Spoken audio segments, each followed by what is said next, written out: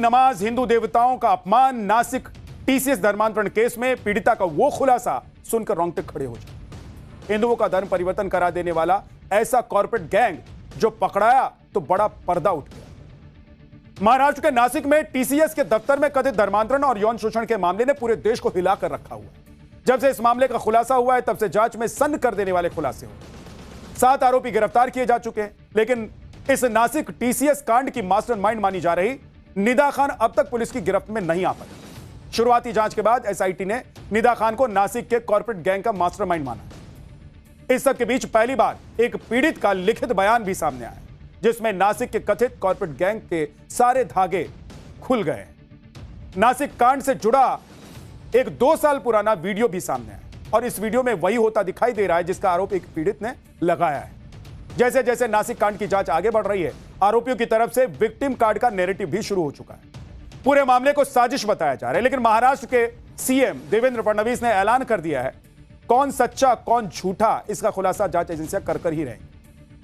आज पाठशाला में पूरे देश को हिला देने वाले नासिक कांड का एक एक अपडेट आपको बताने वाला हूं, लेकिन पहले इस मामले पर मचे घमासान की एक झलक आप देखिए।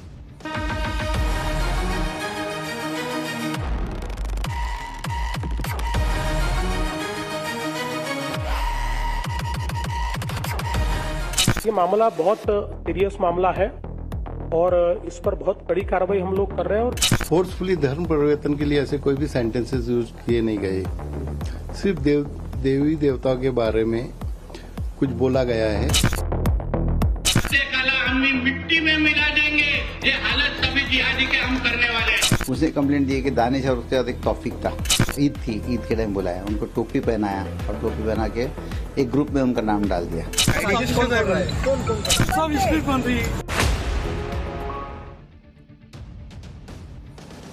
सबसे पहले नासिक टीसीएस कांड में हुए सबसे बड़े खुलासे की बात। पहली बार इस मामले में एक पीड़ित का लिखित बयान सामने आया है। मराठी में लिखी गई इस शिकायत ने नासिक में टीसीएस के दफ्तर में कथित धर्मांतरण की साजिश के सारे धागे खोल कर रख दिए। शिकायत में पीड़ित ने दावा किया है कि उसने साल 2022 में टीसीएस कंपनी ज्वाइन की। ज्वाइनिंग के साथ ही उस पर कई तरीके से दबाव बनाना शुरू कर दिया गया, जिसमें जरूरत से ज्यादा काम, हिंदू देवी देवताओं का अपमान, जबरदस्ती नॉनवेज खिलाना और विरोध करने पर परेशान करना, ये सब बातें शामिल। पीड़ित के मुताबिक तौसीफ टीम लीडर था, ऐसे में मजबूरी थी कि उसे हर निर्देश उसका मानना पड़ता था। आगे पीड़ित ने लिखा है कि तौसीफ और दानिश ऑफिस में काम करते समय कभी भी अचानक कोई भी काम करने के लिए कह देते थे। रात में देर होने पर वो उसे अपने साथ डिनर के लिए होटल ले जाने के लिए मजबूर कर देते थे, जबरदस्ती करते थे और जबरदस्ती नॉनवेज खाने के लिए भी उस पर दबाव डाला जाता था। पीड़ित ने अपनी शिकायत में तौसीफ और दानिश के अलावा शाहरुख और रजा मेमन को भी कथित धर्मांतरण गैंग का हिस्सा बताया। पीड़ित ने अपनी शिकायत में यह भी आरोप लगाया है कि करीब 2 साल पहले आरोपी तौसीफ ईद पर उसे अपने घर लेकर गया, जहां जबरदस्ती सिर पर टोपी पहना दी उसके और नमाज पढ़ने के लिए मजबूर किया। टोपी पहनाने वाले फोटो लेकर एक ग्रुप में डाल दी गई और उसे भी ग्रुप में ऐड कर दिया गया।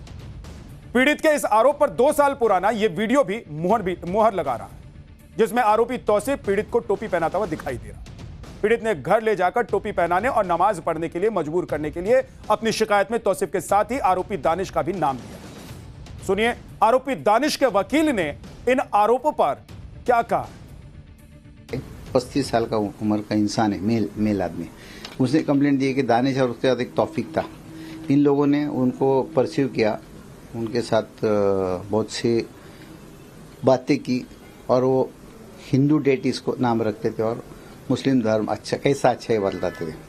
और उस बिना पे उस नमाज के टाइम, ईद थी, ईद के टाइम बुलाया, उनको टोपी पहनाया और टोपी पहना के एक ग्रुप में उनका नाम डाल दिया कि ही ऐसा उनका बोले कि कन्वर्शन के पीछे थे। पीड़ित ने अपनी चिट्ठी में तौसीफ और दानिश के साथ ही कंपनी में काम करने वाले दूसरे आरोपियों पर भी कई गंभीर आरोप लगाए हैं, जिनमें से कुछ गंभीर आरोप के बारे में आपको बता देता हूं। पीड़ित के मुताबिक ऑफिस में काम के बीच अक्सर तौसीफ और दानिश उसे घेर लेते और हिंदू देवी देवताओं का मजाक उड़ाते थे और अपने मुस्लिम धर्म अपनाने के लिए उकसाया जाता था। पीड़ित का आरोप है कि पिता का बीमारी का फायदा उठाकर आरोपियों ने धर्म परिवर्तन का दबाव बनाया और कहा कि ऐसा करने पर सारी समस्याएं ठीक हो जाए। पीड़ित ने अपनी शिकायत में दावा किया है कि उसका परिवार रामदास स्वामी का भक्त है। ऐसे में वो भी धर्म के सभी नियमों का पालन करता है और गले में रुद्राक्ष की माला भी पहनता है। पीड़ित के मुताबिक यही धार्मिक पहचान तौसीफ और दानिश को खटकती। पीड़ित का आरोप है कि विरोध करने पर उसके खिलाफ गलत रिपोर्ट भेजी गई और उसे जान से मारने तक की धमकी दे दी गई। पीड़ित के मुताबिक साल 2022 से शुरू हुआ यह सिलसिला 23 मार्च 2026 तक चलता रहा। पीड़ित की शिकायत में लगाए गए आरोपों से रोंगटे खड़े हो जाते हैं और उसके आरोपों की सच्चाई जल्द ही जांच में सामने आने की उम्मीद भी की जा रही है, क्योंकि अब तो महाराष्ट्र के सीएम देवेंद्र फडणवीस ने भी ऐलान कर दिया है कि वो इस मॉड्यूल की तह तक पहुंचेंगे और जरूरत पड़ने पर सेंट्रल एजेंसीज की मदद भी ली जाएगी। आप भी सीएम फडणवीस को एक बार सुन लीजिए। ये मामला बहुत सीरियस मामला है और इस पर बहुत कड़ी कार्रवाई हम लोग कर रहे हैं और बिल्कुल ध्यान में आता है कि एक मॉड्यूल के तहत इसको किया गया है। फॉर्चुनेटली टीसीएस जैसी कंपनी ने बहुत बड़ी भूमिका इसमें ली है। किसी को भी शील्ड हम नहीं करेंगे, इस प्रकार की भूमिका टीसीएस ने ली है और टीसीएस के प्रमुख ने भी इसकी बहुत निंदा की है। और मुझे लगता है कि इस मॉड्यूल के तार कहां तक है इसकी जांच हम लोग करेंगे। हम लोगों ने सेंट्रल एजेंसीज को भी इत्तला दी है और आवश्यकता के अनुसार उनकी भी मदद इसमें ली जाएगी। नासिक में देश की जानी मानी आईटी कंपनी टीसीएस के बीपीओ में कथित धर्मांतरण और यौन शोषण के मामले में कंपनी मैनेजमेंट ने बड़ा एक्शन भी लिया है।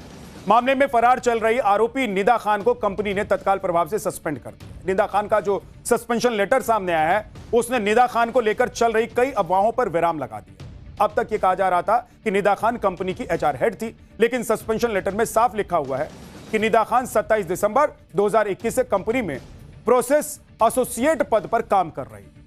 निदा खान के सस्पेंशन लेटर में कंपनी ने बेहद सख्त लहजे में कहा है कि पुलिस और न्यायिक मामले जैसी गंभीर स्थिति को देखते हुए उन्हें तुरंत प्रभाव से निलंबित किया जाता है।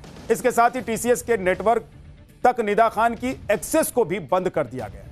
मैनेजमेंट ने सख्त निर्देश दिया है कि निदा खान कंपनी के किसी भी दूसरे कर्मचारी से इस पर बात ना करें। इस बीच निदा खान की गिरफ्तारी के लिए छापेमारी जारी है। आज एसआईटी की टीम एक निदा खान के रिश्तेदार के घर एक रिश्तेदार को लेकर थाने के मुमरा इलाके में पहुंची। सूत्रों के मुताबिक एसआईटी को मुख्य आरोपी निदा खान के मुमरा में होने की जानकारी मिली। पुलिस के सूत्रों के हवाले से जो उसे जानकारी मिली है कि निदा खान प्रेग्नेंट भी है और इसका हवाला देकर वो गिरफ्तारी से बचने के लिए अग्रिम जमानत लेने की कोशिश में जुटी। सुनिए निदा खान पर लगे आरोपों पर उसके वकील ने क्या कहा। एफआईआर आप देखेंगे तो उसमें फोर्सफुली धर्म परिवर्तन के लिए ऐसे कोई भी सेंटेंसेस यूज किए नहीं गए। सिर्फ देवी देवताओं के बारे में कुछ बोला गया है जिससे उनकी भावना दुखी है कंप्लेनेंट की। इस टाइप की कंप्लेंट है। फोर्सफुली कोई एक्ट हुआ है, फोर्सफुली धर्मांतर के लिए, ऐसा कोई भी एफआईआर 8 एफआईआर में से कोई भी एफआईआर में ऐसा कुछ मेंशन नहीं किया गया है।